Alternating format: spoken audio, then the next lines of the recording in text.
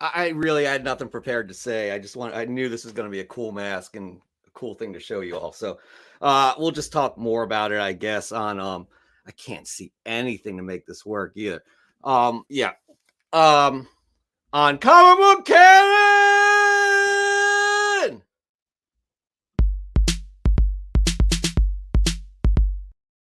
That's right. It's like the weekend before Halloween. This is when everybody gets crazy with their crazy costumes, their crazy candy, their crazy pumpkins. It's almost Halloween, Joe! Ah! Joe, I see you're in the spirit of things. You are dressed as Joe, aka 360 Comics. Welcome. My good friend, partner in crime, and co-host of the show, Joe. We just rhymed right there. Talk to me, man. Tell me all about this Halloween thing. Yeah, I mean, it's a holiday that holiday. I love that you have to adjust the eyes on that. Yeah, it's not an easy mask to get on. No. Yeah, Halloween. It's my favorite holiday. And you know what? I've been so busy getting ready for Super Jersey Comic Expo that I don't have anything planned. My dogs have their costume. Nice. I do not have mine yet. I don't know what's going to go on, but I know that I'm going to put some comics and Pokemon cards out for the neighborhood kids. Because that's good. I like that. Yeah, I like that. Yeah. No candy though, right? Nah, sugar rots your teeth. They get it anywhere else. We get Pokemon cards and comic books from me. Are there going to be any rare cards at all? I don't know, dude. I bought they have trick or treat packs at Target. It's I don't know, $30 or so for 60 individually packaged things. It's probably nothing crazy, but maybe something cool. That's fantastic. But here's the deal.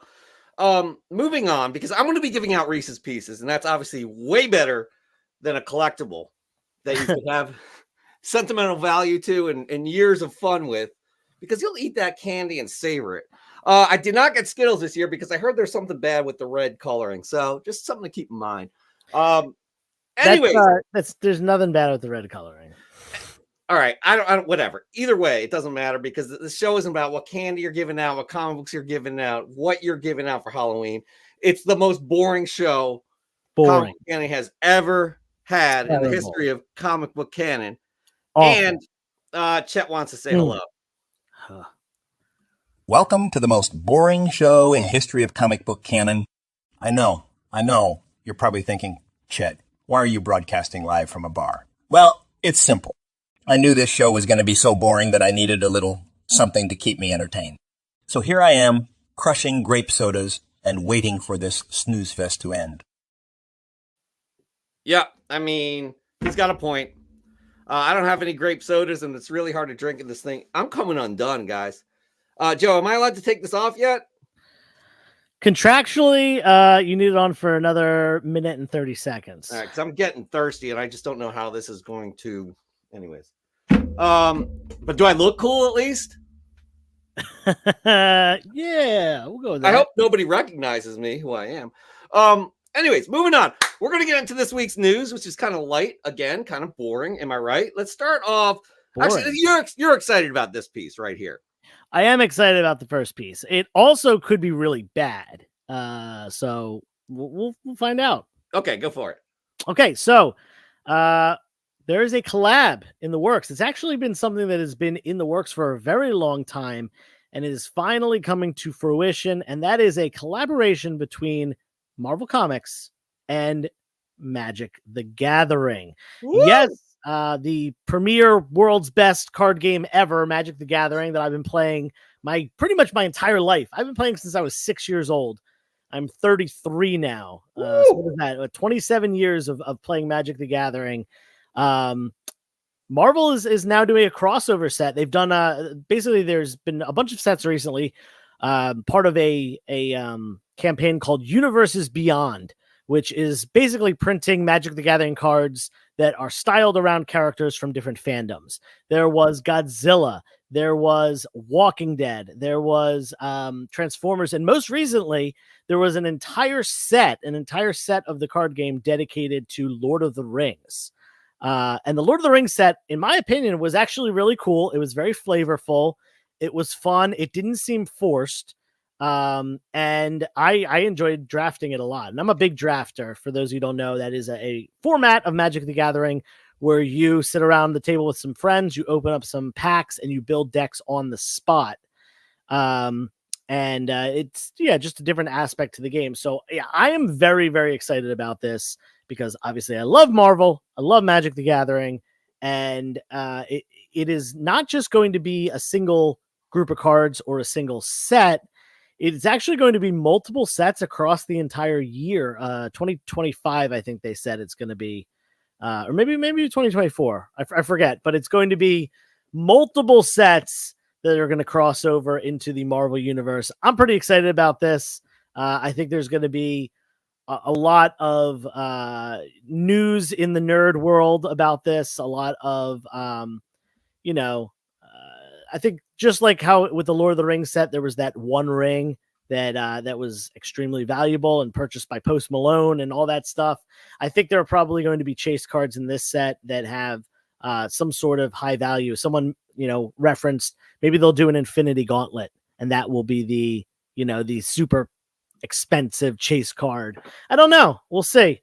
Either way, I'm excited to play the game. You look so bored right now. You're so bored that your Spider-Man costume, the only cool thing about you, fell off your body. Yeah, it was bored too. Like that's Yeah. probably one of the most boring news pieces we've ever had on the show. I don't mean to offend you. I know you're a big fan of Magic the Gathering, but Man, that shit's boring, man. It really is boring. everything's boring. Freaking boring show too. Moving on to some more boring news, because here we go again with more boring cancellation or delays, etc. We hear this all the time. Am I right, Marvel fans? Am I right? I don't know what is with the sizing on this image that you put up. I'll be honest with all you guys. I just did the news. The news images probably at 8:02 p.m. tonight. We phoned this episode in, which is why it's boring. Boring. But, stuff boring right now is boring.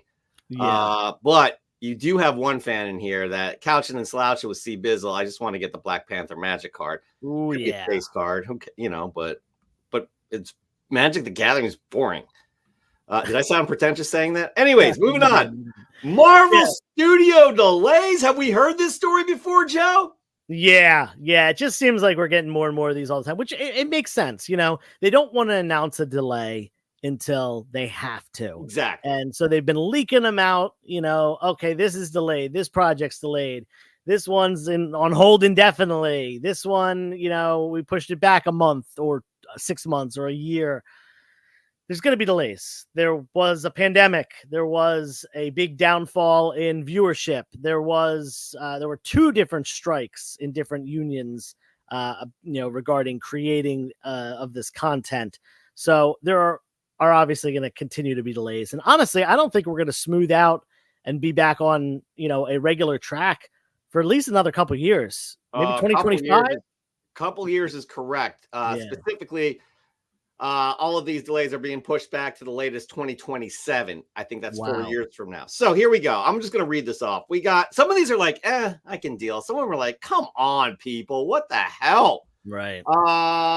So one of these that we can really deal with, I think, if I'm doing the math correctly, Deadpool 3, the old release date was November 8th. Now it looks like it's November 8th, 2024. Now it looks like it's May 3rd, 2024. So that's earlier. Oh, that's a not delay. That's a reverse delay, sometimes called a undelay. Exactly. So undelay, mama. Well, one of your best, I don't know what we want to call that. Like reference? Yeah, it was super subtle, super chill, not boring, actually. And that doesn't go with the theme of the show. I should not have done that during this show. This is the boring show. Let's get back to it. Is Barry Manilow boring? Barry Manilow might be the epitome of boring. Neil Diamond, is he boring? Absolutely. There are 2 types of people in this world. People that love Neil Diamond and people who don't are boring. What is that now? Do you know what that reference is? There are 2 types of people in this world: people who love Neil Diamond and people who don't. I'm indifferent. So that's a third. I think maybe I'm remembering this quote wrong. I think that is from What About Bob? Dr. Marvin! Dr. Dr. Leo! Leo Marvin! Oh, God. Marvin. Told you guys, we're bored. I get Captain- told that I look like Richard Dreyfuss all the time. That's actually interesting. A young, more handsome Richard Dreyfuss. Sure. Anyways, Captain America: Brave New World. This is one of those. Okay, we can deal with this. May 3rd, 2024 to July 24th, 2024. Sure. Okay. 2 months Okay. later, I can deal with it. Nori said, what did Nori say? Nori said something just now. I don't know, Nori. Tell us how you feel about this. Thunderbolts better not be pushed back. Well, it is. It is. Yikes. But I don't think it's that horrible. Well, it's a different season. July 26, 2024 to December 20th, 2024. So 6 months later. 6 months. 5 months, we can deal with that maybe. Blade, September 6th, 2024 to February 14th, 2025. That's the day after my birthday. Well, there you go. No, I'm not gonna say that. Fantastic Four, February 14th to May 2nd, 2025. Not horrible, right? This is where it gets horrible. We got Avengers: The Kang Dynasty, May 2nd, 2025 to May 1st, 2026, a year out.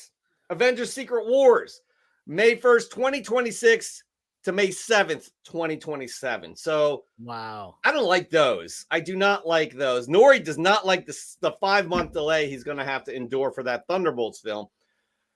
But things are still on track. We're still going to get that content we love. I mean, just going to be a little more patient than not. I mean, Deadpool is being released much earlier. November, 6 months earlier, actually. So that's not horrible. Yeah, what I think they basically probably got a lot of that stuff done. We saw set pictures before the strikes went into effect. So I have to think that they got that one done and they were like, all right, let's get this out. Let's get some money flowing. Let's keep people interested. And they probably ultimately really believe in the project. There's a lot of rumors swirling around about it. People are excited to see Hugh Jackman and whatever other crazy cameos we get. So I can't wait for that movie. For sure, it's going to be a very the whole world. That movie's going to rake in a few dollars, I think. Oh yeah. So basically, I think what's happening here again, getting through the muck of the writer's strike, the actor's strike, pushing things back a little bit further, expanding on it. I think it's going to make it's going to be a nice cadence of films coming out as opposed to. I think Secret Wars, Kang Dynasty and Secret Wars were 6 months apart originally or something like that. So I think it's going to be okay, everybody. We don't need to freak out at all, but I don't want to talk any more about delays. I want to talk about something that may have happened. This weekend, Joseph? Yeah, I just want to say one more thing before we move on to that. And Couchin and Slotchin has a very good point. Yes. We should all be okay with these delays if it does give us a better product. Yes. Agreed. Think about it. That pushing out a movie on a timeline is only going to make that worse. I don't see a situation where delaying the movie makes it worse unless you're delaying it so far, like what happened with Black Widow, where the character was already dead for a few years and people lost interest. That is a kind of an extreme case. That movie was pushed back like 2 years or something like that. All of these situations, they're basically just extending the timeline out. They're not rearranging the movies too much, so it's probably more to just make sure they get it right, which we all want. We all want these movies to succeed. Absolutely. We are not against any of them. We were really pissed off at what the DCEU did. And here we are. We're getting a reboot and hopefully it's done correctly or whatever. Excuse me. That was weird. Joseph, we got some drama in the community that we may want to address. It's part of news, right? It's part of the news. It is. And this is not, I really try to not participate in any drama in the community. I try to, keep to myself when it comes to that. And, obviously if it's something that needs to be said, it needs to be said. There was an accusation against a very prominent Whatnot seller. And obviously not all the details are out. I cannot say that, one person or another is in the right or in the wrong here, whether this situation went as one person said or as another person said. But just, I kind of want to, I don't even want to really name names here right now. I just want to say, be careful of who you buy from and who you deal with in the community, because there are people, just like in any community, that are here for the wrong reasons. Whether that wrong reason is, strictly being here for the monetary value, which I think most comic collectors can agree. Being here for that and just that is not the freshest part of the community. And then also there are going to be people who are just straight up bad people. And that was the accusation that happened over the weekend. A prominent Whatnot seller who I'm not going to name here due to not having all the facts. And they were accused of stealing comic books. I'm not talking about, ripping someone off, overcharging for books or whatever. I'm talking about this person was accused of actually walking up to a booth at a comic show and, partaking in a ruse where they distracted someone and their associate, their employee, stole some comic books. And that is just straight up wrong, no matter how you spin it. This isn't a matter of, oh, this person, is overcharging. This person is overgrading their books. This person is, just in it for the money, whatever. This is a situation of an actual crime taking place, theft of property. Again, be careful. Make sure you trust the people that you buy from. Make sure that you trust the people that you sell to as well, if you're chunking off a part of your collection or if you're a seller yourself. I have a group of comic book sellers that I go to myself and buy a lot from. I have a lot of people who I buy parts of their collection, if they're trying to downsize. I have a lot of people that I do business with, like Popa Chili Town and Brixco Comics. So I, do back-to-back claim sales with, combined shipping, all that stuff. And, we're a little kind of like a seller cohort that we've kind of started. But yeah, just be careful. That's all I can say about that. Maybe we'll have some more information on this next week and I can actually name names and stuff like that. But at this point, don't feel super comfortable doing it. I'm sure that people are probably keen to this because the post has been going around already today. And there's video of this, apparently. Is that what the case is? Yeah. So I watched the video and I couldn't see either way anything being proved in the video. Okay. I didn't see any situation where I saw anyone stealing, and I didn't see any situation where it looked like someone wasn't stealing, like firmly like buying stuff. The video clip was short and vague, and yeah, I hope to get more information as time goes on. But yeah, maybe we'll do a little recap next week once there's some more information.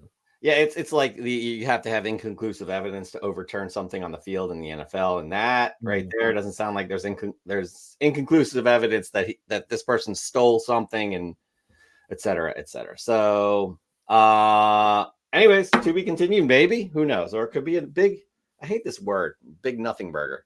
Yeah, I mean, listen, there are situations where it's a case of mistaken identity or just a mistake in general. Someone misplaced a book, or whatever it may be. And that, there have been plenty of times where I have been like, man, where is this book that I know I have? I know I had it somewhere. Did someone steal it? And then I find it. Yeah. Oh, okay. Well, there you go. Yeah. Paul Bond seems to have an update here. So maybe we'll have some more news next week. Who knows? We don't want to, again, get the pitchforks out and start chasing after somebody who may be innocent. Frankenstein was innocent. He just misunderstood. Misunderstood is the way to. Yeah. I just want to bounce off what Louise said here. A couple people have mentioned Whatnot. Whatnot is just a platform. There are good sellers on Whatnot. Shout out Jim from Bronzeville Comics, who goes live every Monday at 10 p.m. He's a great friend of mine and an awesome part of this community and a great seller who grades every book, shows it front and back live if it's a more expensive book. And, he's got great prices and great stuff. There are other people that are there to make their quick buck. I've purchased some books on Whatnot and they've come and they were incomplete, or damaged in some way that wasn't fully disclosed. So again, it's not really the platform as much as it is make sure you're buying from someone who you feel comfortable buying with, you trust, you think is reputable. Buy from people in the community that your friends have bought from, so on and so forth. I'll tell you this. I've gotten a lot of business from people bringing their friends to my claim sales, tagging their friends in my videos. And, that's how you do it. That's how you build a brand or whatever you want to call it, build a community. I was just about to say, it will catch up to you if you're an asshole. It will catch up to you if you do shady ass shit and rip people off. It will catch up to you. And honestly, it also, you will be able to build upon being a good person. I can't stand saying nice things about you, Joe, but you are top notch in every way in life. Oh, stop. I can't, that hurts my heart to say. And obviously you've done very well doing what you do. You work your ass off doing it, but again, more to come on this, maybe. I don't know. We'll see. But for now, we're going to put that to bed and we're going to move on. But before we do, we have Ask Joe coming up next. I don't know if they're more excited about us singing or asking the questions that I answer too, by the way. I don't know if you remember that, Joe. Right. It's not just Ask Joe. It's Ask Joe. And then Jeff will sometimes weigh in with his opinion when he feels like it and when it's something that he can talk on. But honestly, Jeff's kind of weird and doesn't really have a lot to say. That's not fair. That hurts. No, I tried to insult you there, but I actually kind of ended up just looking like a doofus myself. Yeah, really bad. It really. This show's so boring. So we're gonna do Ask Joe. So please put your questions in the comments here. But before we do, we're gonna say hello to some wonderful people that are here with us right now, like Cable Leland. That was an accent actually. I remember we used to do that. Caleb Leland, aka Cable Leland, is in the house. We have Bond. Paul Bond. Oh, I wasn't paying attention. I was reading comments. Sorry. Let's just try real quick. Let's just try it again. Let's do it again. Bond. Paul Bond. That was very good. We have, who else do we have? We got Jordan Norrie, who's pissed off about that 5 months delay for the Thunderbolts. We got Josh's Comics in the house. Matt Stadge. Cheers. Lewis Partridge, we've heard from quite a bit. Hello. Brandon Riley. Everybody just think happy thoughts and play Spider-Man 2 on PS5. I wish I had the time. I really wish I had the time. We got Goonish Lurker in the house. We got P. Keel. We have Dan De La Torre. Warming up, as you can tell, for the next one. Is that what? I don't know if that's what we made. We have Couching and Slouching with C Bizzle. We heard from C Bizzle a little bit earlier. We have C to the G with the Nelly reference from Joseph. I have a good Nelly story. Should I just say it right now? Yes. Okay, so I did a shoot with Nelly. I just kind of backed off. All his people were smoking weed in the green room. I was producing it. I let all of the crew, because Nelly goes, all right. At the end of the shoot, he goes, all right, perks of the job. Everybody take a picture with me. Everybody takes a picture with me. Perks of the job. So literally my whole crew got in line to take a picture with Nelly. And I just stay back. I kind of stay out of those types of situations unless, I don't know, people aren't smoking weed and doing some crazy shit there. So I'm in the corner and he notices. He's like, Mr. Producer Man, you got to take a picture with Nelly. Perks of the job. So I took a picture with Nelly and I gave it to my parents. And that's my story. And they were like, wedding anniversary. Who is this? No, well, I said, it's getting hot in here, Mom and Dad. You know, It's Nelly. Anyways, Joe, you have left. Raw Dog Comics. I have not left. I'm right here. You're only. Yeah. Oh, no. There we go. You did leave. We have Raw Dog Comics loving some Barry Manilow. We got, who else do we have? Phil Ailing, Dr. Plagueis. Calling you a nerd, by the way. He was laughing at calling you a nerd. I am a nerd. Spider Dude 71, the wonderful, wonderful, wonderful co-sponsor of Fresh from the Comic Shop. We got Nikita Kade. Hello, comic lovers. Whoa, it's my girlfriend, Alicia Jardine. I don't know what she's saying OMG to, but she was talking to Joe today. I don't know what you guys are talking about, but you guys are talking. And I was We're chatting it up. little bit jealous. Little bit jealous. Call me Mr. Steal Your Girl. Oh, please. That's all I have these days. We got, who else do we got? We got D&T Comics and Collectibles. Jeff, loving the costume. If you all are joining late, I was wearing a full Spider-Man costume. I was hanging from the wall. I had all of these special effects. You all missed it. But Joe, he or she loves your big bald head on their screen. So, yeah, man. We got, who else do we have? Who else? Yo, 360 in the house. What? I don't know. Anyways, that's a fun little crew here. Oh, we got Into Oblivion. Just walked into the room. All right, we're gonna do something, but yeah, PQ. I'll tell you why, because honestly, we rushed to get the show up and running, and This show's boring anyway. it's boring. This shit's boring. Like, why are we even bothering? We got some questions though. There's a bunch. I'm tagging them all right now. Should I do this? I have a great Snoop story as well, and yeah, he was smoking big time. Well, I'll save that for another day. Are you telling me that these people partake in recreational drug use? Let me just say, he came late, and it was 3 hours late, and he came. He's like, "Hope y'all don't mind. I was late. I was at my dentist," and he prescribed some medicine, and literally throws down this freaking big bag of weed. No. I'm like, "No, Mr. Dog, let's get on with the shoot, shall we?" That's hilarious. Anyways, moving on. I'm just dropping. Oh, Mark Lineker's here. He is. Lineker's here, and the only Nelly reference I want is Nellie Olson from Little House on the Prairie. I know of Little House on the Prairie. Yeah. I did not know Mark Lineker was old enough to know what Little House on the Prairie was. Either way, it doesn't matter. But all right, moving on. All right, so we have a lot of questions, but we can't get to those questions just yet. Am I right, Joe? Because we have to do something that's really boring. Yeah, we got to put that dude up. Oh, we got to do this. Right. Yeah. Okay.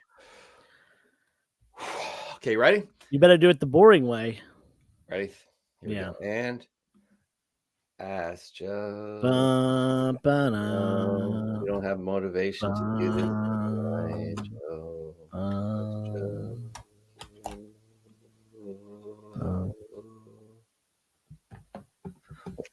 Well done.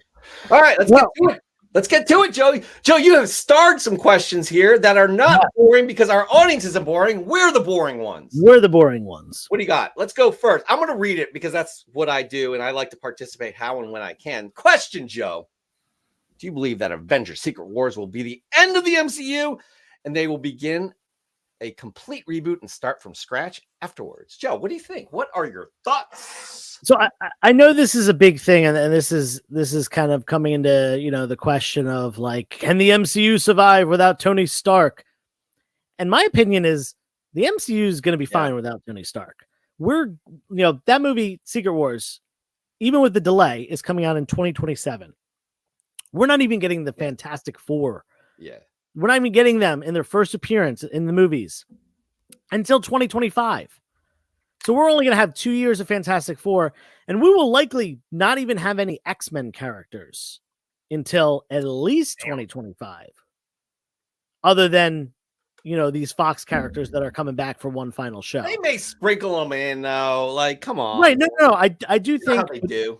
Just remember that the contracts for those actors, there are certain actor roles that can't be filled by any other actors but the Fox actors until 2025. I was not aware of that. That is quite interesting. Okay. They didn't say which ones, but they basically said there are some contracts that extend, if you know, similar to how Edward Norton, if there's a solo Hulk movie, Edward Norton has to play the Hulk.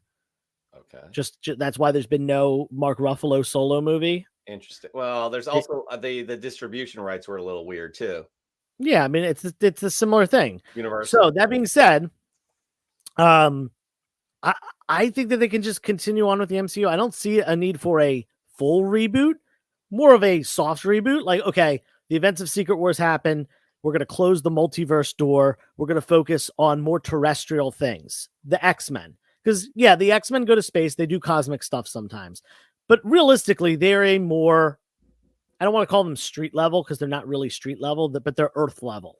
They don't do too much stuff in space. They're mostly focused on Earth conflicts, politics, so on and so forth. So that being said, I think there will be kind of that soft reboot, like I said, at Secret Wars, but I don't think they need a full reboot, and I don't think they will, because it just doesn't make sense to me. Yeah.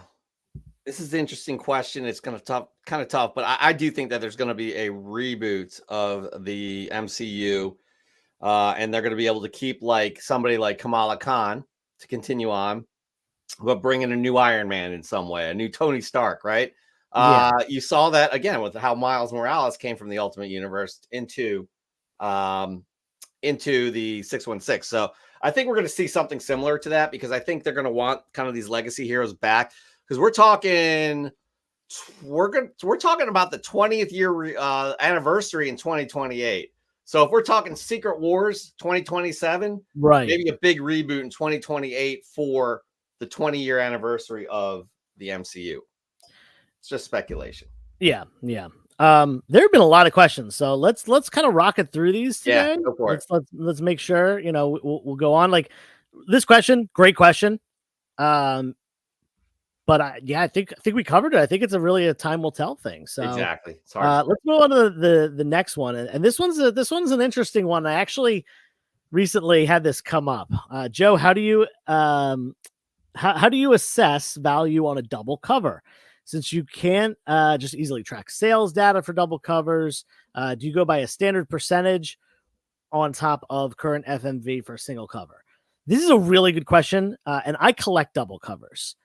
And I just want to remind everyone, all collectibles no collectibles have a set value other than, like precious metals, gold coins have a set value floor of what that gold is worth at the time. But as far as like a baseball card, a comic book, an action figure, they are worth what people will pay them. Now, things that trade regularly, things that sell regularly do have, a standard value that goes up and down and left and right and everything. But, and you can go off, recent sales, but with double covers, especially specific books, especially specific grades of specific books, you might not be able to find any sort of a comp. And for that reason, it's sometimes hard to assess. Now, it's pretty clear, and I think everyone will agree, that double covers, being an error printing, should be worth more than a single cover. I don't really think there's any situations where the book should be worth double, at least for like a key or something like that. If it's a dollar bin book and it has a double cover, maybe it's worth $5 instead of $1. Certainly I'd pay $5 for pretty much any double cover book. That being said, a key issue, a book that's worth $100, I don't think it's worth $200 with a double cover. But it's definitely worth more than that $100. So it's really what you're willing to pay for it. And Brendan, I really, really hope that you're not looking to buy the same book that I'm looking to buy. And I'll just say this right here. I know someone who recently posted this week, they have a double cover of the first appearance of Bullseye. And I know Brendan really likes Bullseye, being a massive Daredevil fan. And I hope that we aren't going after the same book. But I know someone that posted about having a double cover first Bullseye, and I am trying to get that book. So we might be duking it out with our offers here. I do have a quick question. I know we have a lot of questions too, but yeah, this is great. I'd like to know, like, again, we didn't put this one up on the screen. Oops. For you, I know you collect them, Joe. Have you sold them? And if so, what do you see in terms? I've never sold a double cover because I just keep everyone that I buy. Okay. That they're personal collection. At some point, I'm sure I'll downsize on them. I have some like really random ones, like, I have a Golden Age Western book, and I have a, random Disney book. So yeah, at some point I will, but I haven't yet downsized. And honestly, you forgot that Jordan Norrie, Bullseye, is his favorite character of all time. So you just opened that floodgate too. You guys are gonna. Yeah, I don't know if he collects double covers though, and he's not the one asking the question, but.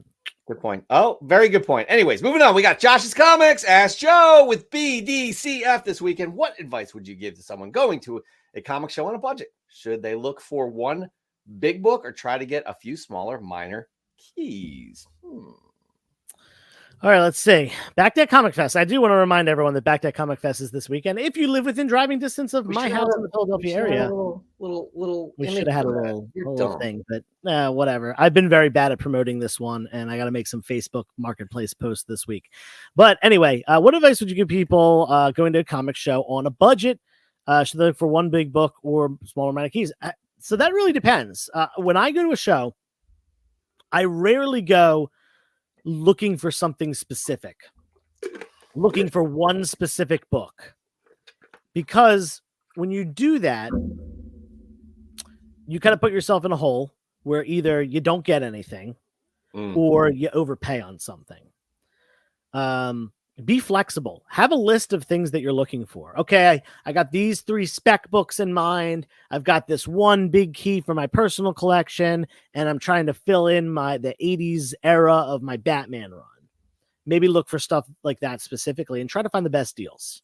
That honestly is the best advice, is just look for the best deals. If you go in there with $100 and you buy $100 worth of filler issue dollar bin books, or $1 to $3 books or whatever, for your personal collection, then you walked home with something you want. You walked home with something that you want to keep. If you went there looking for stuff, maybe you're a seller and you want to buy some stuff to sell on Whatnot Instagram at your next comic show or whatever, you got to go in there looking for stuff that's a good price, but also make sure it's stuff that that sells. Spider-Man, Batman, the popular characters. So I always suggest people go without an agenda, or if you have an agenda, have a vague or wide agenda. Now, obviously, if you're a very focused collector, you only collect one specific thing. You're trying to finish Amazing Spider-Man and you need 9 more issues, and there's only those. Well, obviously, you should focus on getting those 9 issues. If you're there in the market, you're in the market for an AF-15, the price has come down and that's the book you need to pick up, sure, search around for that, but also be ready to walk away with nothing if, in fact, there isn't the deal of the day there for you. There isn't something that is, a good purchase, a sound purchase as far as what the market is currently.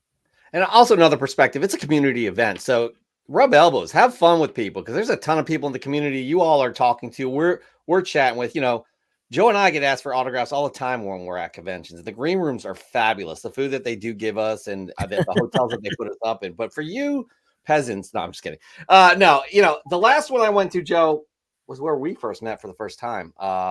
Like in person. That was a great experience because I met Josh. I met Collecting Dude. I met a ton of people there. It was just fun. The comic books I felt like I got were just icing on top of the cake. Everything else was. So if you go in with that perspective, just making connections, having fun, being part of your local community, that's worthwhile as well. That's worth more than the weight in gold. Yeah. I mean, like New York Comic Con, I went there. We talked about this 2 weeks ago when it happened. I went there mostly to hang out, but I also wanted, at least something for myself, maybe one book. And I ended up coming back with literally one book, and I'm very happy with the one that I got. I think I got a great deal. So on and so forth. So on and so forth. I love how Josh says, Jeff, we will see you Saturday.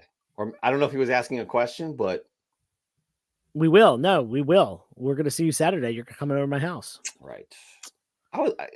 Every time I've been down there for something like this, I've had a blast. So I don't know if I'm going to be able to make it, but I will be there if I can. Sure.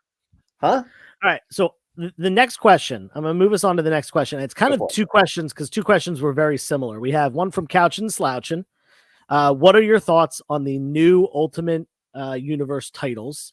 And then also another one from the Collector Without Fear right here. What do you think of the new Ultimate Spidey being married to MJ with 2 kids? I don't know if Hickman is the right guy to write Spidey, but I applaud the changing of the status quo. So these 2 are related to each other, so I'm going to tackle them together here. I just want to pause real quick because Bobby De La Ghetto with the MF Doom mask, like De La, yo, hello. I like this though. That's dope. Party great. On, yeah. Anyways, And then So- Raising Elm just walked into the house and said hello. Oh, More from Raising Elm. All right. Sorry. Let's put that question back up. boom. Yeah. So as far as the Ultimate Universe, going back to that first question, I actually really haven't read anything more about it than the Spider-Man news. So I'm going to really focus on that question. You know, we heard, and we actually announced it on here, that Hickman was going to be writing Spider-Man, which really cool. You know, Hickman, a lot of people love his stuff. Some people don't, but that any creator, that's going to be the case. I really like his take. Apparently it's going to be like more of a working class Spider-Man. He's going to be married with 2 kids, got that family life going on. And that's what, as I've said many times His powers before. later in life too, like during this time period, from what I understand. Oh, okay. See, I did not hear that. So that's really cool. So yeah, I mean, we're getting a fresh take on Spider-Man. But at its core, Spider-Man is a character that people relate to. And I say this all the time. That is why Peter Parker, Spider-Man, has become so popular. He is relatable. He's a relatable character.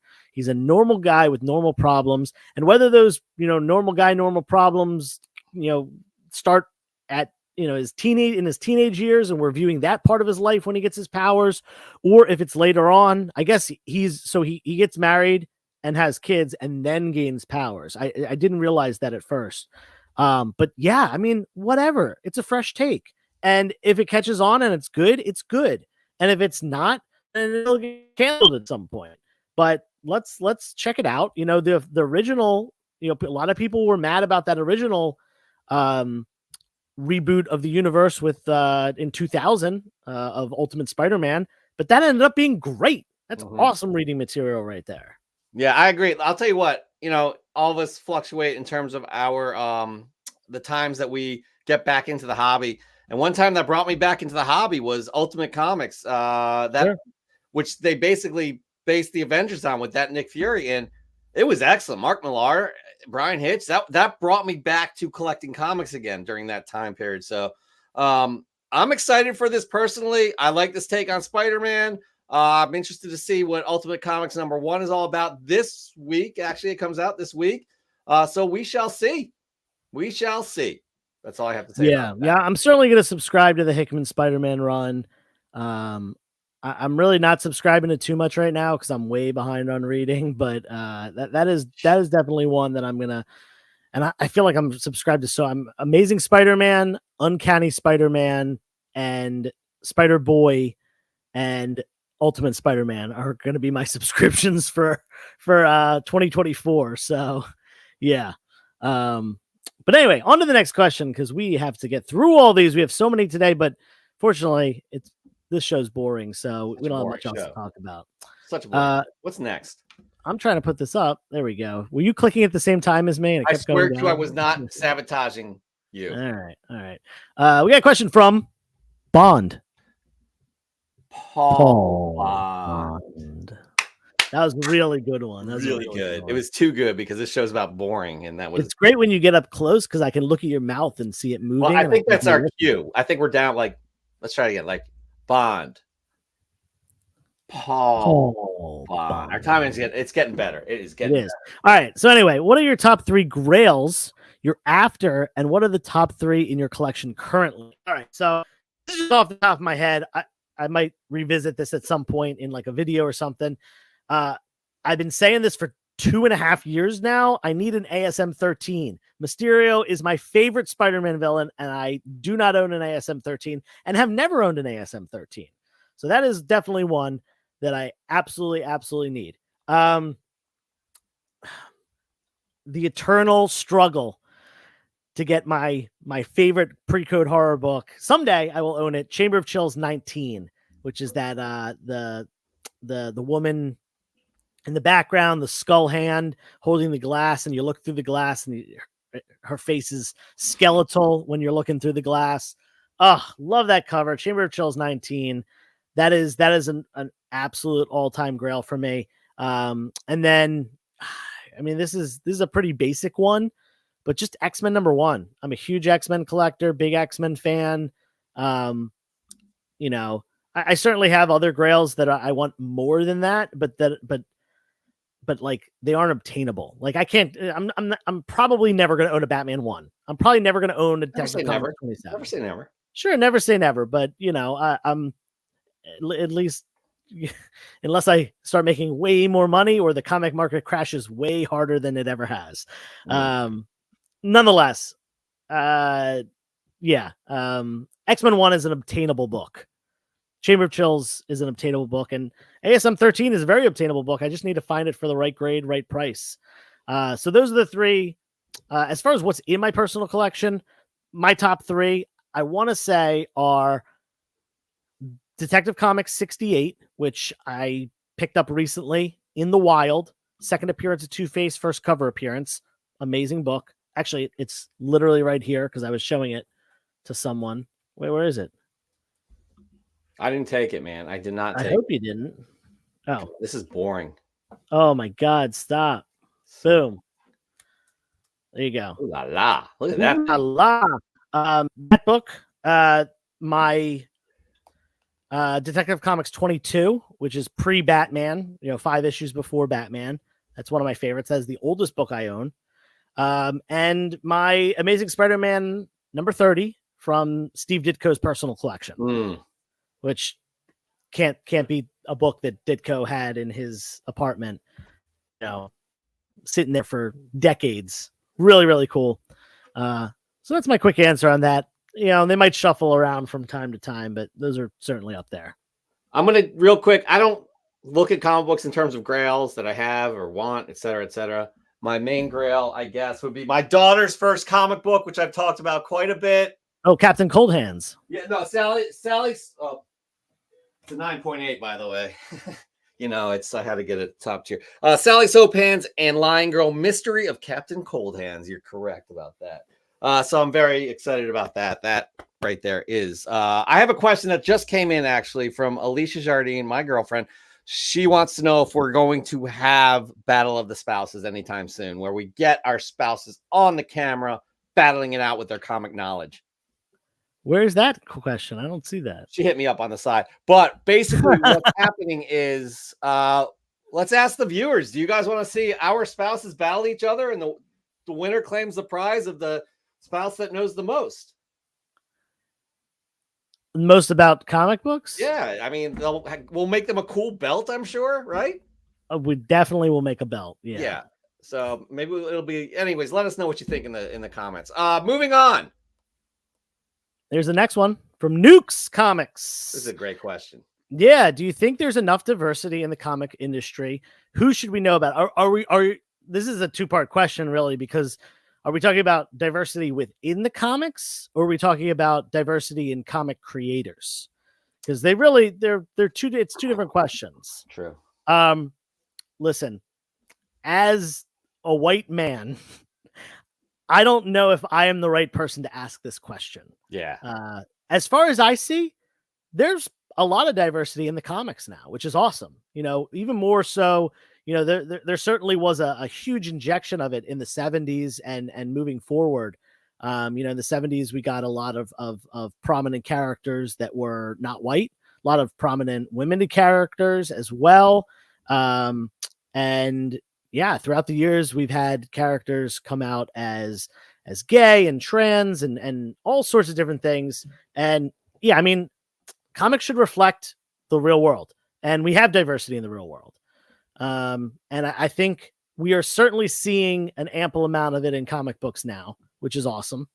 As far as creators, I still think, I might be wrong about this, but from my perspective, at least, I would think that it's probably still pretty centric on dudes, particularly. Mm-hmm. I think there's more men, significantly more men in the industry as far as creators than women.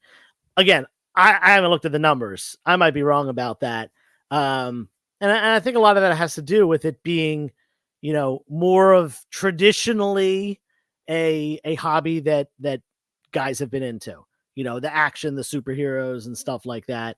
But I certainly know a lot more girls and women that are into comics now than when I was Totally growing up. Totally. Yeah. Not only comics, but like action figures and things like that. It's Oh, being yeah. marketed to a wider audience. Like girls aren't Mhm. just playing with Barbies, and guys aren't just playing with Star Wars or GI Joe. It's a mix, and it's great. It's really Yeah. nice to see. And I have a friend who I went to high school with her. I went to middle school, high school. She's an editor at DC. Mm. She is in the industry. In fact, she's credited on writing a book.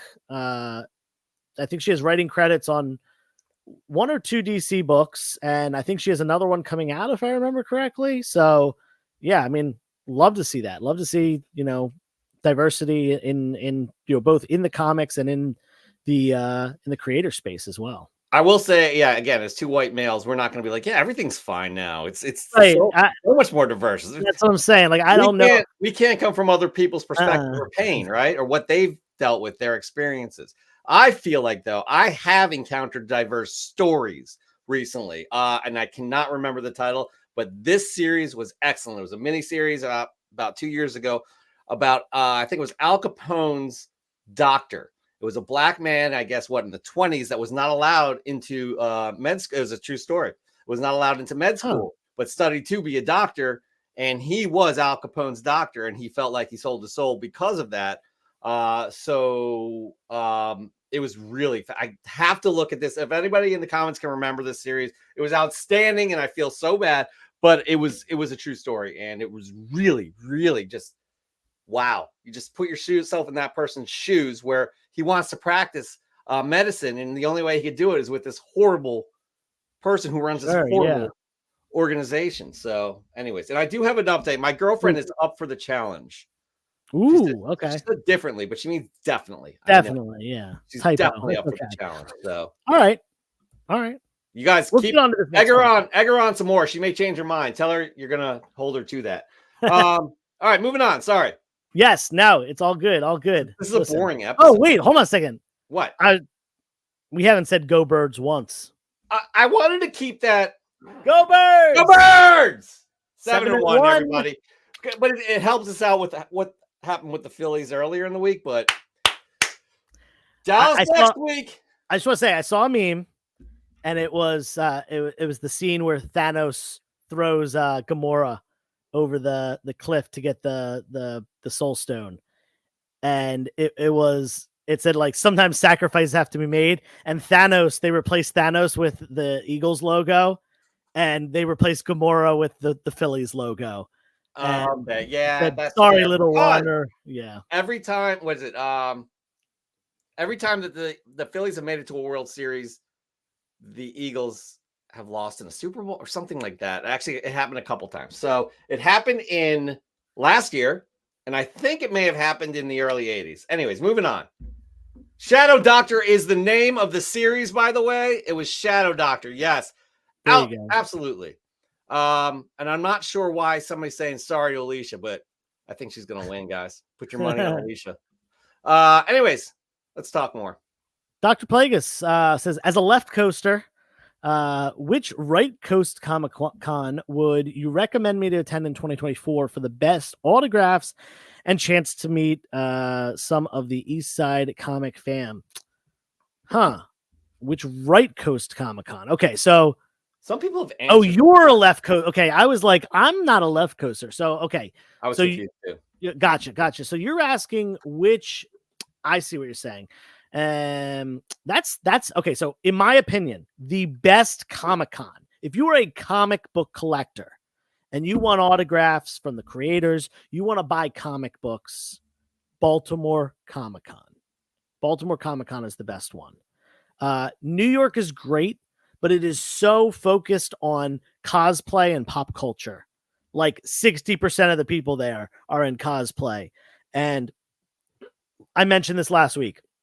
There was literally a Home Depot booth at New York Comic-Con.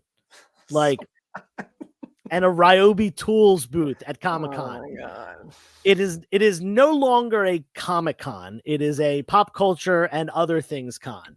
Baltimore is way more focused. It's smaller, but it's way more focused on comics.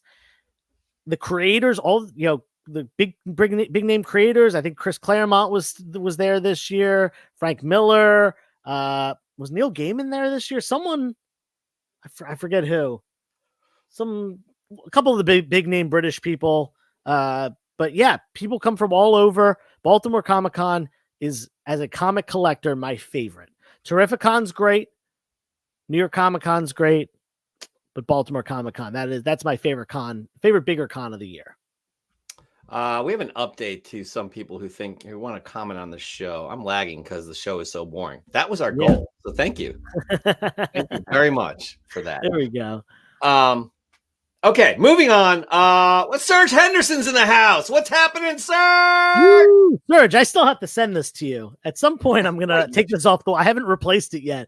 If you remember this, Jeff, Serge was talking about this poster here, and I promised it to him, but I have not replaced it yet, and that's probably been 6 months. But Serge, I will get to it. I promise. I haven't. Chaos Cosplay. What's happening? Just want to say hello. As well. All right, moving on. Last question of the night. Looks like the last one. How many dealers are you going to have this weekend? So what's this weekend, Joe? It's Back Deck Comic Fest at my house. That is right. Back Deck Comic Fest it's mostly my stuff. I take up a lot of the real estate because it's my house. I can do what I want. That being said, we do have a bunch of people that normally will set up as well. Pope of Chilitown has done almost all of them. He's not a good person, though. Just kidding. He's the best of them. Wow. He's not here to either. Yeah, so the first one was actually just me and Collecting Dude. Everyone else was kind of busy that weekend. The second one, we had Pope of Chilitown as well. I think the third one was we had Paul Bond on board. And the fourth one, Paul Bond, as well as James from Mint Hunter Comics. I think James was at another one too. He might have been. Oh yeah, James was at the second one as well. So yeah, that's kind of my crew. You know, the people that I'm talking with on a daily basis that are local and stuff like that. So this time it's going to be myself, Pope of Chilitown, Brixco, Paul Bond, and Collecting Dude. I don't know if Collecting Dude's going to have a table set up or if he's just going to be there taking CGC submissions, but he'll probably have some books for sale too. So yeah, I know obviously you're a little bit far, Luis, but yeah, I mean, hopefully maybe you'll have a work trip out here sometime and you can stop by. Definitely. Hey, listen, it's a blast. It's a lot of fun, and there are donuts there. Real quick, Caleb Leland, when you do shows, are you down for doing trades or do you just sell? Oh, that's so topical because I did multiple trades this weekend at Super Jersey Comic Expo, and we're going to talk about them during Fresh from the Comic Shop. I'm always up for trades. It's got to make sense for me to do. It's either got to have, especially when I'm paying for a table at a con, it's either got to have, make financial sense for me to do, or it's got to be, stuff that I want for my personal collection. So it has to make sense, but I'm always down for doing trades. Absolutely. Great answer right there. And that there wraps up the current episode of actually the boring edition of Boring. Ask Joe. Bum, bum, bum. Yeah, whatever. Yeah. Okay. Each and every week we do a segment, or actually our correspondent who we can't stand does a segment, giving you his 3 picks for New Comic Book Day. This is our AI generated correspondent who has a voice of his own, literally, figuratively, whatever you want to say. Created completely by AI, choosing all of the books, coming up with the script, coming up with his shooting the video, etc., etc. So please, we're trying to bore you a little bit more, but have fun with this New Comic Day pick of the week from Chet G-Pod. I sound like NPR, don't I? That was very NPR voice. Give me your NPR real quick because it's boring. Go ahead. I like NPR, but sometimes they're really boring. Go ahead. Oh, wait, you want to hear my? Yeah. And now we'll hear from Chet G-Pot discussing his picks for New Comic Book Day. Let's hear it, Chet. Greetings, my fellow comic book enthusiasts. Or should I say, my peasants. Because if you're not reading the comics I'm about to recommend, then you are nothing more than uncouth and uncultured swine. First up, we have Ultimate Comics number 1. This is the must-read issue for any fan of Marvel Comics. but especially for those of you with refined taste and discerning intellect.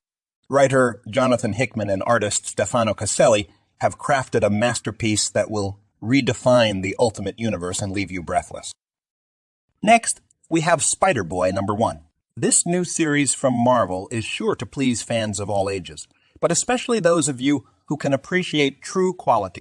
Spider-Boy is a complex and relatable character, and his new series is full of action, adventure, and mystery. Finally, we have Kingspawn #27. This epic installment in the long-running series is sure to please fans of dark and gritty comics, but especially those of you who are intelligent enough to appreciate the complex themes and symbolism that Todd McFarlane has woven into his masterpiece. So there you have it, my fellow comic book enthusiasts. My top 3 picks for the week. Now go forth and purchase these comics and don't forget to thank me later. And if you don't read these comics, then you can go back to your mindless reality TV and your processed food. I have no time for those who are not cultured enough to appreciate the finer things in life.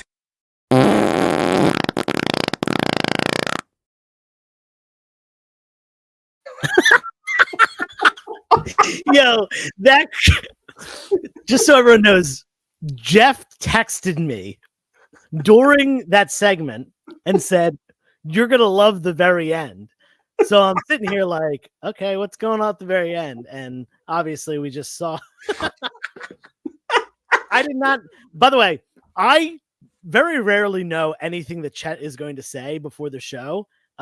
Jeff handles getting Chet set up, so a lot of times it is as fresh to me as it is to you. I have to say, full disclosure, all of that was written by AI, but the way he ended it with the finer things of life, I added the fart onto that. I thought that would be funny, and by Joe's reaction, it definitely was. But we still wanted boring, so I apologize. The best is how loud it was. It was just way louder than his talking voice. It was a good one. Caleb is really starting to appreciate. Oh, look at this! Chet's getting some love. Wow. Hilarious. By the way, everyone go follow Chet Gpot on Instagram. He does have an Instagram. He does have it's at Chet Gpot with a G. I don't know if we have a lower third here for him. Do we? I don't. And there it is right here. Yeah, go follow him on the Instagrams. He doesn't post. We should have him post a little bit more. P-Keel Chet always has wet fart eyes. I don't know. I will not follow him. Anyways, moving on. Wow, here we are, everybody. Here we are again. Another end of the show. A boring show, probably one of the worst in comic book. It's not the end. We still have our best segment. That's what I'm saying. We close out strong each and every week. Okay, gotcha. But yeah. I just was talking how horrible of a person you were, Mike. But he just died like recently. Oh, really? The Unabomber? Yeah, like within the last year for sure. Okay, I don't think we'll shed tears over that. Anyways, I don't know. Look, let's just do this, right? We do this thing every week, and I can never remember what it's called. And you always tell me what it is, and then you know what are we doing right now? Well, I believe it's called Fresh from the Comic Shop. That's right. Fly from the Preston Salon. We ask you, the audience, to send us in your fresh gets each and every week. You never disappoint because you're always sending us fresh gets. Not only do you get to show them off on the most popular comic book show on YouTube with millions of followers, millions of watchers, 25 million right now. 25 million. Not only do you get to show them off in front of this gigantic worldwide audience, but you can win a wonderful, wonderful prize. That's right. We are sponsored by good friends of the show, EGS Comics and Spider Dude Comics. EGS slabs the beautiful comics in a gorgeous custom slab. And Spider Dude actually supplies the book. But what we need from you all, if you are serious about winning an EGS slab from and a comic from Spider Dude Comics, if you're serious, we have 3 criteria that we take very seriously as well in judging these. Not only do we, but usually when a guest is here, they follow along with the rules too. Has anybody broken the rules that we've set forth? in terms of guests. No. No, because they No. adhere to our rules. Moving on, our 3 criteria that we have that is very important to us to see in Fresh from the Comic Shop. First is give us a well-composed shot. We have an amazing shot tonight. An amazing shot tonight. Who was it? It was, hold up, I'm teasing it. We'll see it anyways. But give us something interesting to look at. Don't take a picture of your comic book on like that ugly ass rug from the 70s, right? Give us a well-composed shot, well lit, right? Have something relate to the book itself as well. That always helps. Raising Elm is a genius at doing that, by the way. He's got a killer submission too.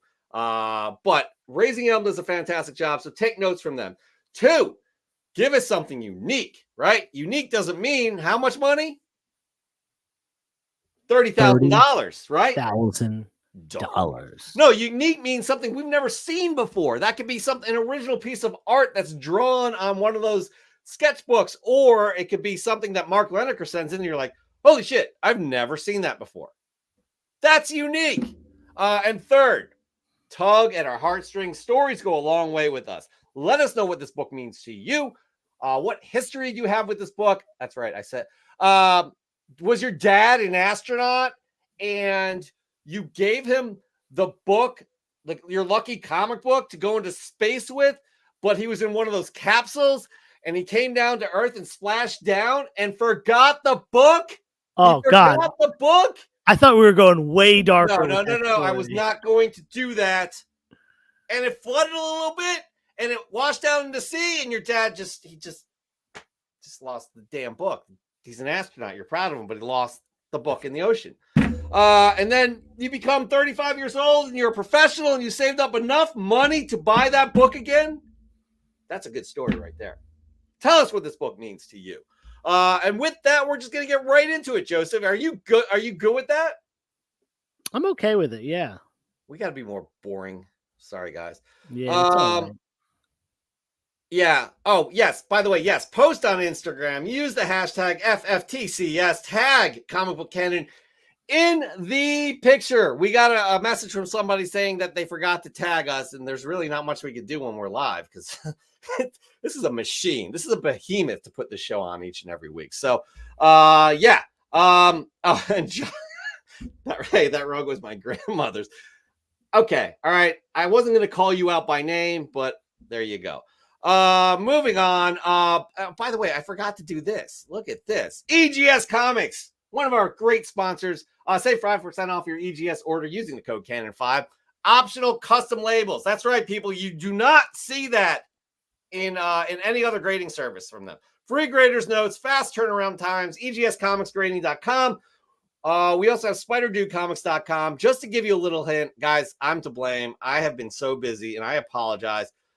We have the final semifinals for October that needs to be run, and we'll have the finals coming up. And next week we'll reveal what the November book is. But this right here is the October book. This is a foil book, so that's why the image looks strange. But this is what we are looking at right now. Berserker #1. One of you fine people from the semifinalists. I can't remember who's moving on to the finals, but we also have a semifinalist. 2 semifinalists moving on to one of them moving on to the finals. They could win this as well. So you, the audience, votes. We'll take care of that. We'll let you all know on the Instagrams when we do that. All right. We have some really nice submissions, and we're going to start it off with Mr. Matt Stadge. That's right, Matt Stadge. This one caught my eye at a local show. I don't have a lot of DC books in the collection. So to find a first appearance issue with a 10-cent cover at a good price, I had to pick it up. Joe, I know you like this. I know you appreciate this. I do. I like it, and I appreciate it. I do as well. So this is a great pick up there, Mr. Matt Stadge. Thank you for sharing. Here we are. Nori Jordan. You never know these days with Nori Jordan. You never know. Will it be a Thunderbolt book? Who knows? Will it be something completely out of left field? Who knows? At one point, you could always count on it being a Thunderbolt book. So this week, it's Thunderbolts. That's right. So I know I tend to be a Thunderbolts one-trick pony. That's not true. That's not how I teased you, Nori. That's not true. But I think most of the time it's a pretty damn good trick. While doing my frequent Thunderbolts searches on eBay, I saw there was an auction for number 1 second print CGC 9.8, which had my attention. This is the first time I have ever seen it up for auction as a collector. I already have 2 of the 17 9.8s of this book on the census, but I figured why not go for 3? When the bidding was done, I was grateful at how cheap I picked this book up for. This gives me over 17% of the census of this book and puts my Thunderbolts number 1 stack at 42. Jesus. This ties the most I have had, so guessing I'll need a 43rd copy to beat a personal best. Take care, everyone. Joe, I don't know whether to admire him or just wonder if he has a problem. Yeah, that's cool. I'll tell you, there is a book that I own. I'm not exactly sure where I am right now. I'd have to look at the census and count how many I actually have. But I think I own about like 30 to 40% of the census on one book. Insane. Yeah. Absolutely. But my lips are sealed. I'm not talking about it. All right. Do not talk about it then, because what we do want you to talk about is your first fresh get of the week. What do you have? Yeah, sure. So someone asked about trading. Oh my God, actually, all 3 of these books were acquired through trades in the last week. This first one, I had 2. I had 2 different people come up to me at Super Jersey Comic Expo this past weekend with a lower grade copy of a book. And they said, hey, do you have this book in a higher grade? I'd like to trade you this plus cash for said book. Great. Awesome. I love that because I get a book. I get the same book back. So it doesn't really change my inventory other than the grade of the book. And I get some cash out of it. So one of them was this book right here. This is X-Men number 8, first appearance of Eunice the Untouchable. Single-digit X-Men book, mid-1960s. Great cover on this one. This is pretty low grade. I think it's probably a 2.0, somewhere around there. I had a 3.5 graded one in my bin, and I got this plus $100 for it. So, I gave up, not a high grade one, a 3.5. I got $100 cash on the spot, and I still have the book if anyone needs it. I have it available if someone's asking for it. But this one's just not graded. So, I'll tell you this. The first book, the one that I had priced at $180 for a 3.5. I got $100 cash, and I marked this one at $100. So if this ends up selling for $100, I actually make $20 overall during the process, and I got $100 up front for the book. So yeah, that's kind of what I was talking about earlier. It has to make economic sense. I have to be able to at least profit a little bit from it or whatever. So there we go. This is a perfect example. I'd like to call that wheeling and dealing. Wheeling and dealing. Yeah, for sure. No doubt about that. Well done, Joe. I like stories like that. That's the first time we brought a story like that. And again, guys, we are on a streak. I've not yet been able to say, hey, that book really sucks from Joe's Fresh in the Comic Shop. You never will. Yeah, that's unfortunate. Moving on, we have good friend of the show, Mr. Mark Lineker. Joe, you're gonna love this, man. Mark Lineker, 2 DC limited collector's editions House of Mystery, C-23 from 1973 and Ghosts C-32 1975, both with tricky black covers done by Nick Cardy. In particular, a Halloween theme embellishment of this iconic cover. Right here. Oh, that cover's dope. To House of Mystery. 174. Also, it has a centerfold of Kane and his pet gargoyle right here. This is really cool. I like that. And his pet gargoyle. Lost my place. Hold on, please. And his pet gargoyle, Gregory by Bernie Wrightson. I'm very happy to have these treasures in my PC. Happy Halloween. Good work, Mark. Good work, sir. Yeah, those are really cool. I love that the front cover of that one is the same cover, the same art as when they kind of rebooted House of Mysteries back into being a horror or House of Secrets. I forget. Anyway, that's enough about Mark, that. you'll Awesome be able- books. House of Mystery. There we go. Yeah, that's You the will that's be able to. the Yeah, cover. that's a really cool cover. Goodness, well done with the theme as well. All right, this one's a fun one right here, by none other than Mr. Pope of Chilitown, aka Mike. I like how he opens up here. Oh yeah. I'd like to report a murder. 2 issues of the original Crow miniseries, both first prints in very fine plus range. I'd also like to report a burglary. Found these in lots mixed in the middle of an online auction selling all indie books and won them well under fair market value. Nice pickup just in time for the Halloween season. I like again how look at the setup, everybody. How he decided to go black and white, Halloween themed. It's well done. Please take notes, everybody, because just do not go to Josh's grandmother's house and take a picture on carpet from 1970. Getting tired of those submissions. Unless you get cookies, you can bring us cookies. Oh, his grandmother makes good cookies. That's what it was said in the chat. Have you not been reading? Well, I obviously not, because Mark Leneker said you can't read. Mark Leneker said I couldn't read. Yeah, you would know that if you could read and you would have read the comment. Oh man, it's a copy and paste mistake, everybody. I am so sorry. I'm not gonna lose any sleep over it. Moving on. Oh, we're gonna do my fresh get of the week, and it's not as exciting as previous weeks. I don't think. What do I literally what do I have? Okay, all right. I'll split it up 2 and 2. I've been talking about this series for a while because I really like it. This is Void Rivals number 5, and then I got a reprint of Void Rivals number 1. I think this is the 4th printing. Yep, 4th printing.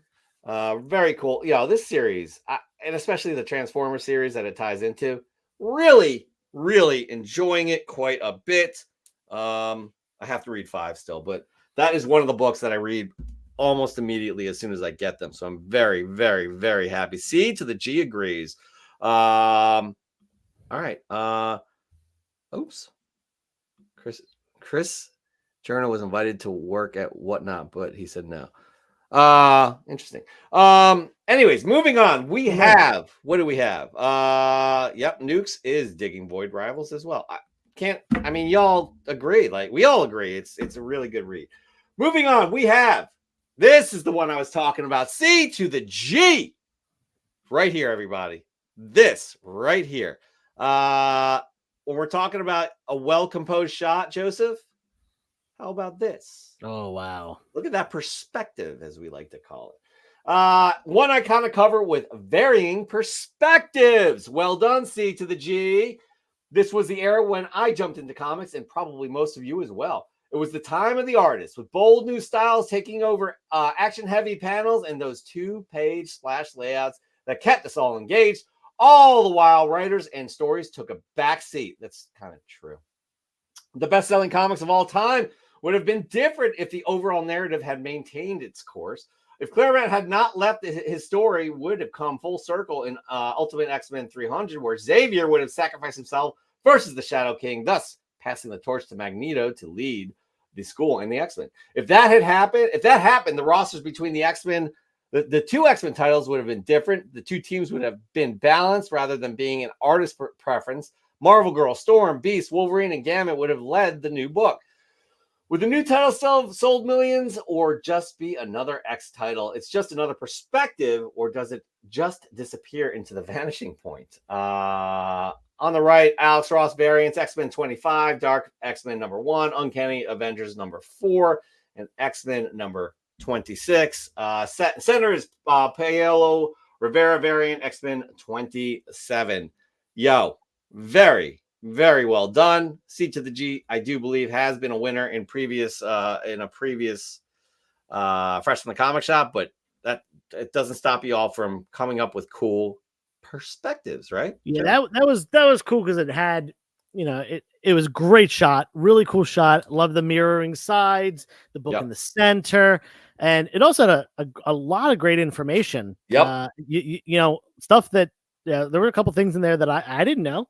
And anytime we're learning from each other and learning more about this hobby, learning more about the history, learning more about the creators, I think that's a good thing. So I agree. Thumbs up all around.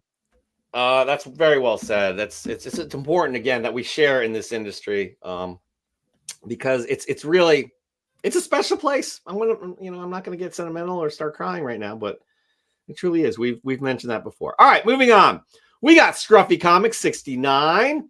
Look at this. Look at this. You got Spider-Man $29.99. I said $29.99.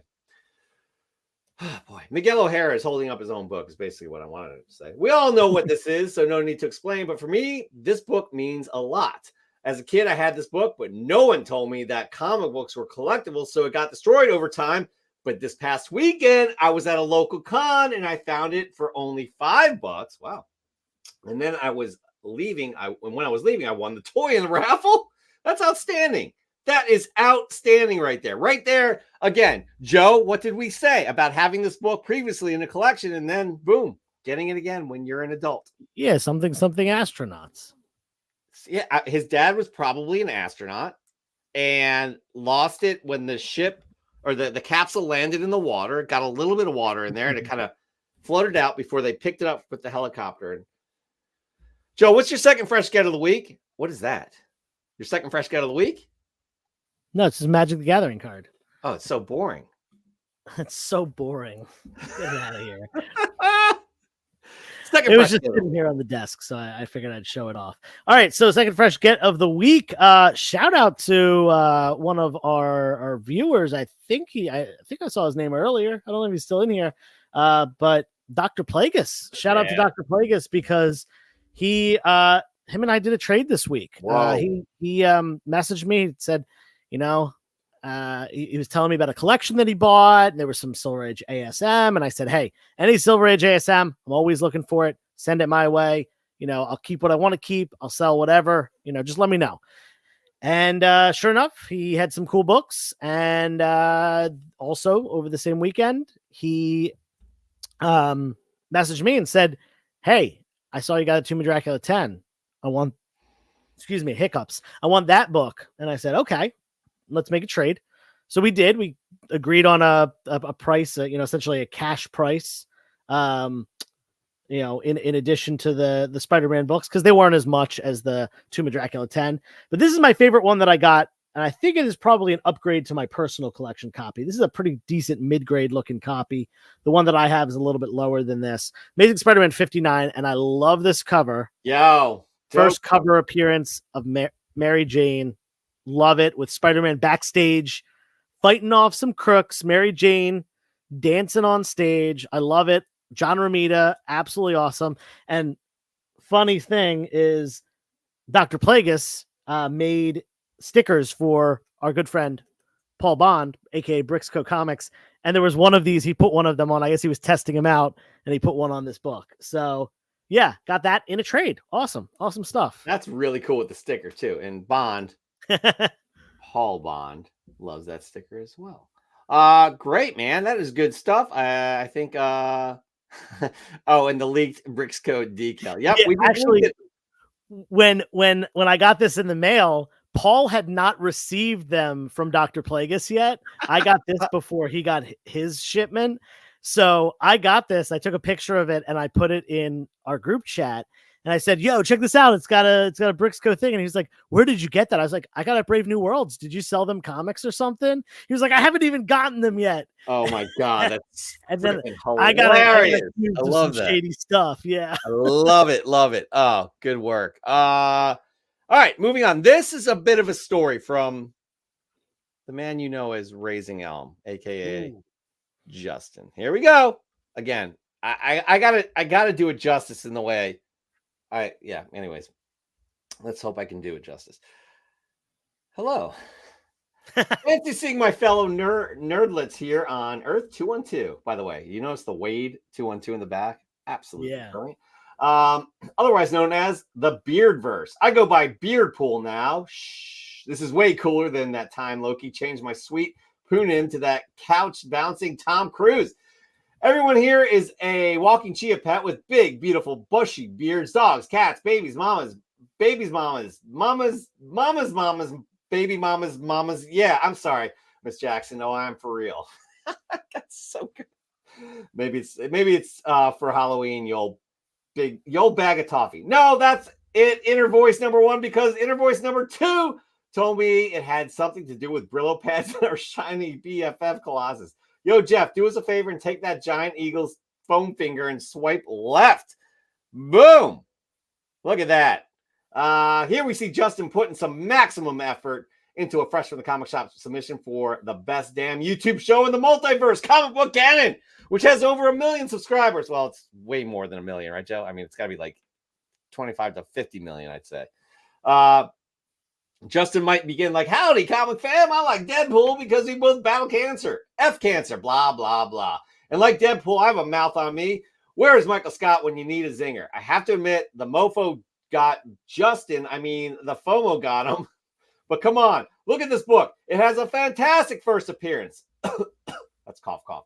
And it dominated the top 10 on Key Collector app for weeks. Also, like any birth certificate, it needs your dad's, John Hancock, our old daddy, Rob Layfield, Jeff and Joe. Ricky Ricardo says you both have some splaining to do.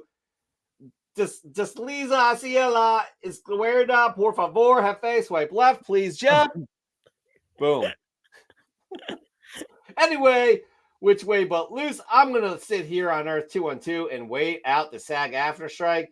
Don't go blabbering to Mobius or the TVA. Final thoughts. Someone volunteers a wingman for Chet G-Pot and keep him away from any black flame candles this coming Taco Tuesday. Hocus Pocus and happy Halloween, comic fans. Sincerely yours, a lovable work with the motor mouth beard pool.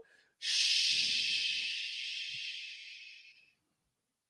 Vote Chet 24. Oh my God. Yo, Justin, you have outdone yourself. You have absolutely outdone yourself. Wow. If y'all in the comic book community do not appreciate it, we're canceling Comic Book Can. That was out. That was freaking great. That was great. I'm just going to go real quick. Again, my second fresh get of the week. I may as well go because I'm not going to top Justin. More Void Rivals. I have a third printing of number 2. This is a very cool connecting cover. Very cool. And a second printing of number 3. It's first cover appearance of this character right here. I cannot remember the character's name. Nukes in the chat, please let me know. I cannot remember, but yeah, loving the series. Moving on, we have Josh's Comics. Why did my voice crack? We got Josh's Comics. 01. Look at that. I like it. Yo, Josh is going, he's really picking it up, man. Like, I like what he does here with the backgrounds and stuff. Where are you, Josh? Where are you? All different Avengers. Number 1, this beautiful cover by Alex Ross on the new team. I have recently been picking these up for the future.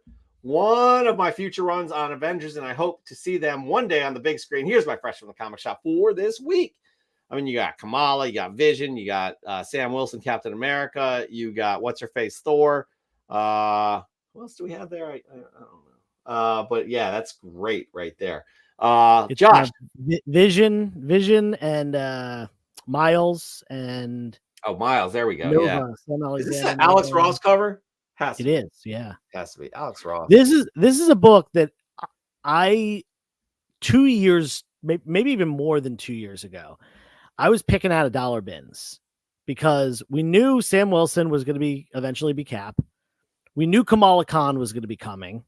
We figured Miles is going to come eventually. We knew that Jane Foster was going to be Thor. I was picking this out of dollar bins, and this book's selling for like $5 to $10 right now. Yep. And actually, Josh bought this for me. It's got my pink sticker on it still, my $5 bin sticker. He's been asking me for them for a while. So I put one in my $5 box for Super Jersey, and I told him on my last live stream, I said, find it in my $5 bin on Saturday. And the first thing he did when he came to the booth was dig that book out and buy it. That's really well done.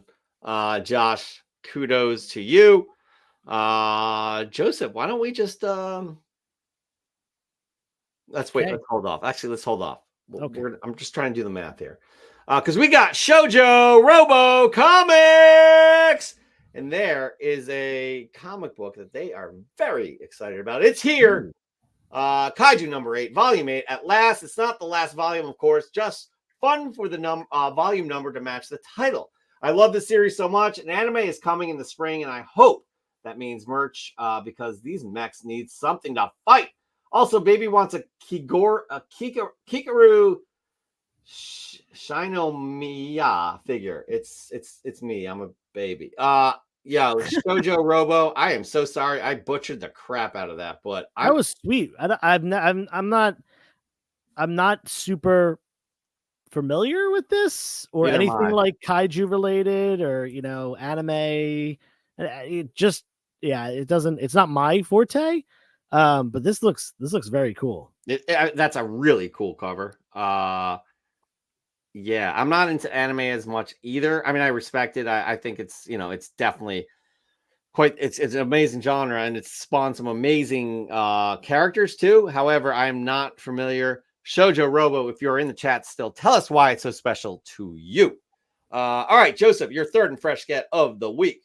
Yeah, my third and fresh get. Here we go. Third and final fresh get, I meant to say, but I'm trying to be boring. Be boring, Yeah. please. Third and fresh get. All right, so this is a ridiculous cover. This is another book that came in a trade.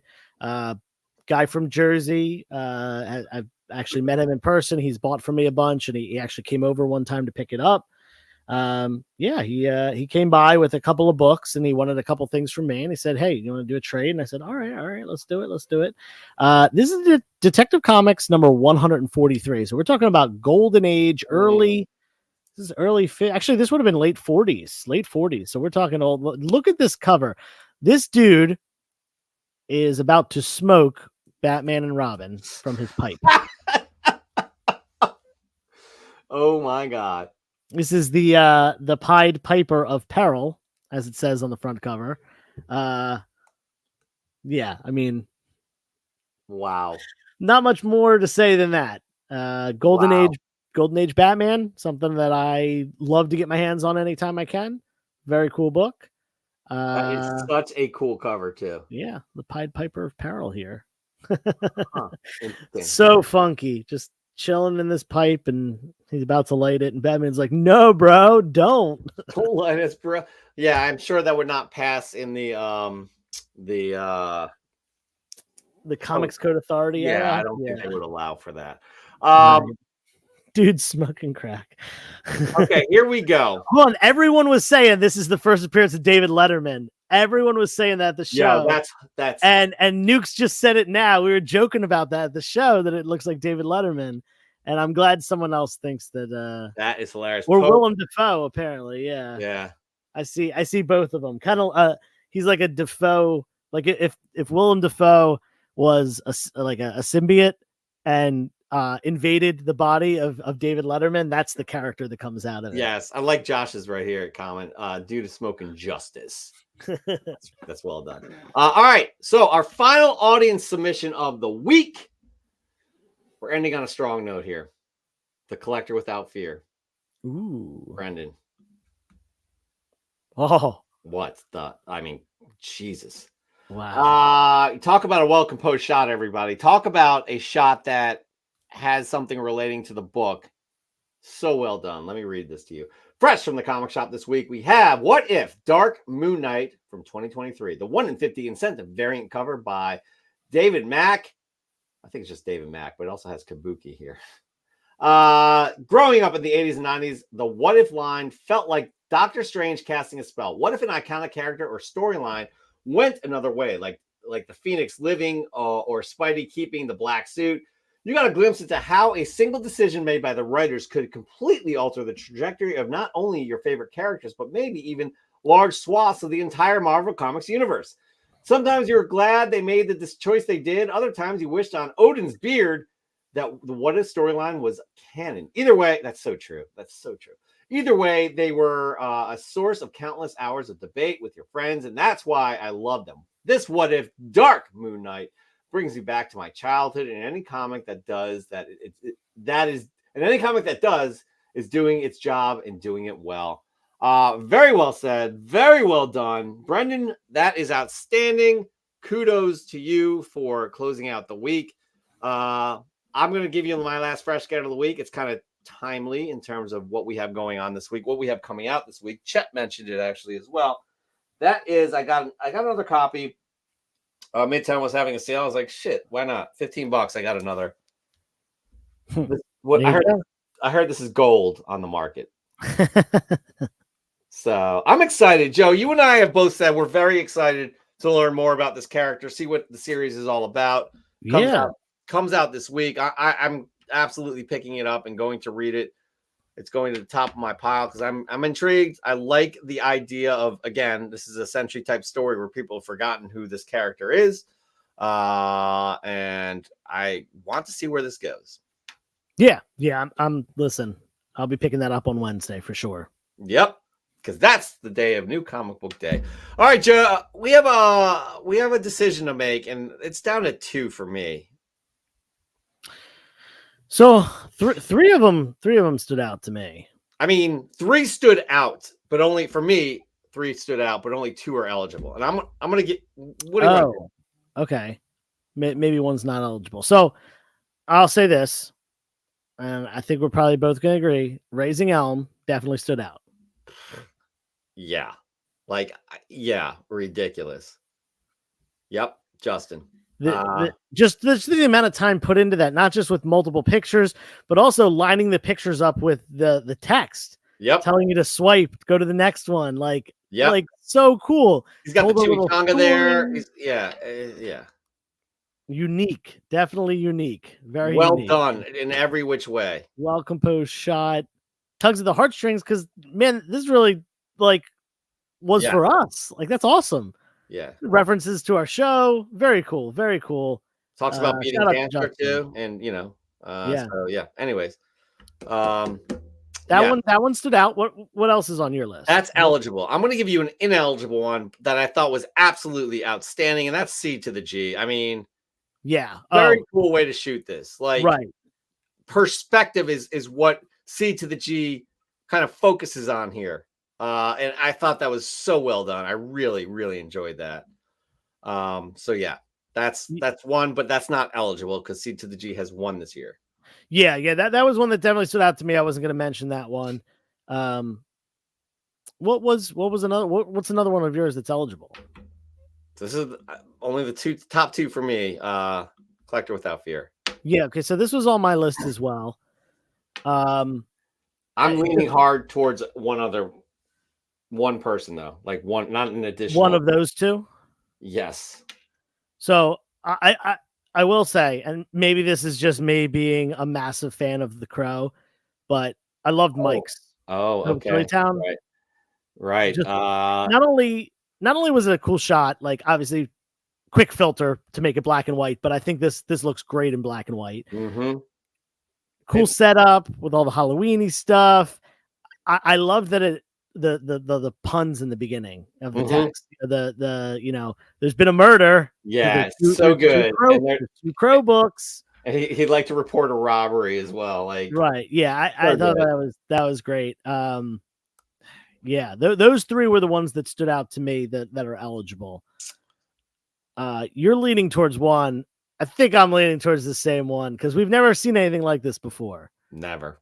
And we're talking about Raising Elm, right? Yeah.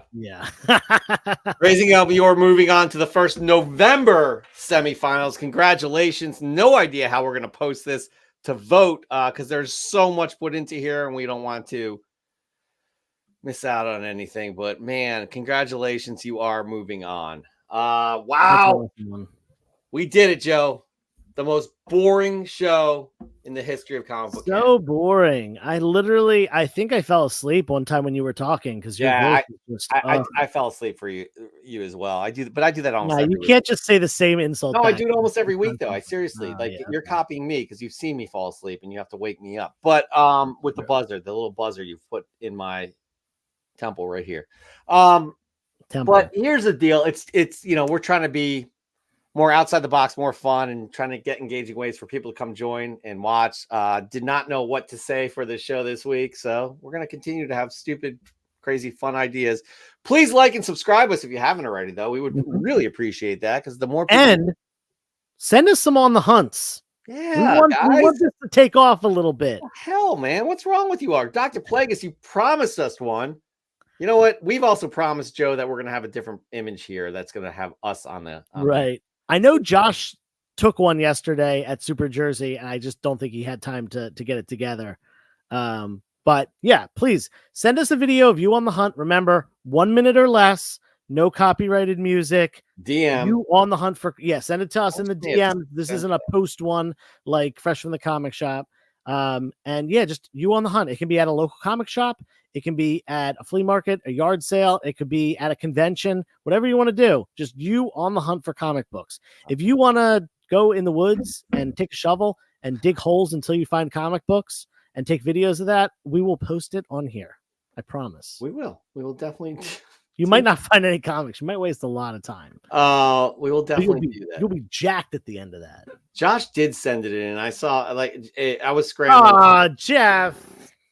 It's been a long day today. That's okay. But next week, Josh. We'll get it in next week, Josh. If you could send us a reminder, that would be great. Love all the contributions from this epic comic book canon nation. We appreciate you, Mike. We don't give you